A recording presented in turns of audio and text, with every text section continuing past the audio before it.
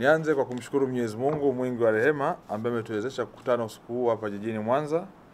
Lakini kipekee kabisa naendelea kumshukuru sana Mheshimiwa Rais Daktari Samia Suluhu Hassan kwa namna ambavyo anaendelea kuisimamia sekta ya madini na kutoa maelekezo yake ya mara kwa mara, yakiwemo maelekezo ambayo yamewezesha sekta hii kupiga hatua kubwa sana kwa hivi sasa.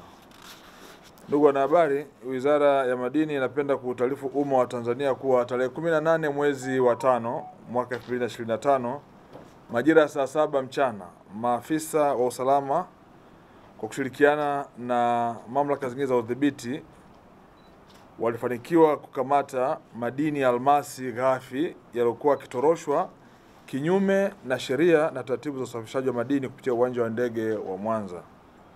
Ndugu wanahabari, katika tukio hilo almasi ghafi yenye uzito wa karati 2729.82 yenye thamani ya dola za Kimarekani 635,887 na senti 66 sawa na shilingi za Kitanzania bilioni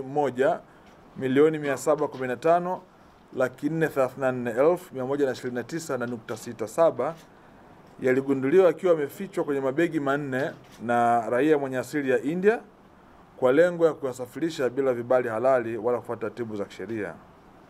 Ndugu wanahabari, wizara imesikitishwa na kuchukizwa na jaribio hilo la utoroshaji wa rasilimali za taifa na inalaani vikali vitendo vya aina hiyo, na ikumbuke kuwa utoroshaji wa madini ni kosa la jinai linalokosesha nchi mapato na kudhoofisha maendeleo ya kijamii na kiuchumi kwa ujumla. Hivyo naomba nitumie fursa hii kujulisha umma wa Tanzania kuwa uchunguzi wa kina unaendelea ili kubaini waliohusika na mtandao huu na kuwafikisha katika vyombo vya sheria kwa mujibu wa sheria za nchi yetu.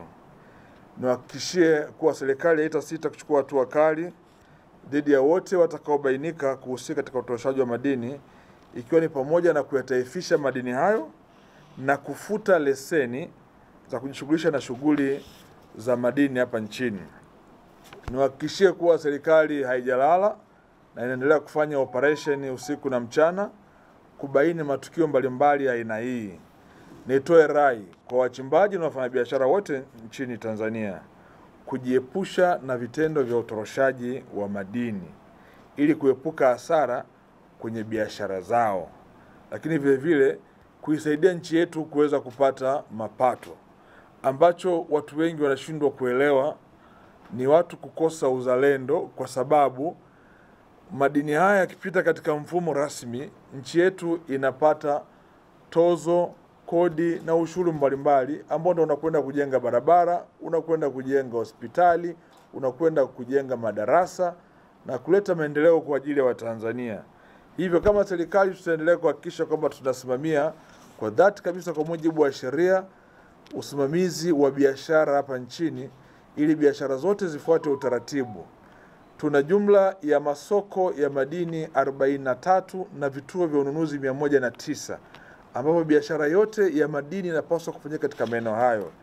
Kinyume na maeneo hayo, mtu yoyote ambaye atabainika anafanya biashara nje ya utaratibu wa masoko na kutorosha madini, kama nilivyosema awali, tutaendelea kuyataifisha na atapata hasara moja kwa moja, kwa sababu kwanza tutachukua madini, hatapata hata sehemu ya madini haya, lakini pia tutamshtaki. Kwa hiyo anakuwa amepata hasara mara mbili. Kwa hiyo nitoe rai kwa wafanyabiashara na wachimbaji wote nchini Tanzania kuendelea kuzingatia sheria zetu ambazo tumeziweka za kufanya biashara katika mifumo rasmi. Hapa nipo na timu yangu ya kikosi kazi, tumetoka Tunduru kwa ajili ya jambo hili, na pale na wafanyabiashara ambao wanakwenda mahakamani muda sio mrefu na maeneo mengine pia, na hivi sasa kikosi na kitoa hapa kinakwenda Nyamongo kwa ajili ya kazi hiyo hiyo. Lengo letu kubwa ni kuhakikisha kwamba tunaimarisha usimamizi wa biashara hii. Ndugu zangu waandishi wa habari, mwaka 2015, mwaka 2016 nchi yetu ya Tanzania ilikusanya maduhuli kwa mwaka mzima ya bilioni 162 tu. Baada ya kufanya marekebisho ya sheria ya mwaka 2017, tukaanzisha masoko ya madini na vituo vya ununuzi. Nchi imeanza kunufaika hivi sasa na sekta hii ya madini kwa watu wanaofuata utaratibu wa kisheria, makusanyo yetu ya mwaka jana, mwaka wa fedha ambao tumeingiza katika mfuko mkuu wa serikali yalikuwa ni shilingi bilioni 753 kutoka shilingi bilioni 162 ya mwaka 2015 2016. Mwaka huu tumewekewa lengo la kukusanya shilingi trilioni 1. Mpaka leo ninavyozungumza nanyi, tarehe 23 mwezi wa 5 mwaka 2025, tumeshakusanya shilingi bilioni 925. Tumebakiza bilioni 75 kuvunja rekodi ya makusanyo ambayo haijawahi kutokea katika nchi hii.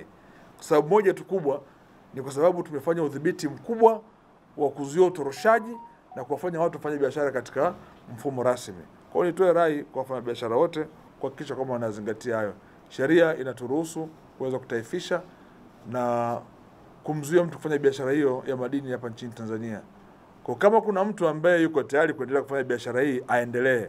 Lakini pia ajue kwamba lazima atafute biashara mbadala tukimkamata.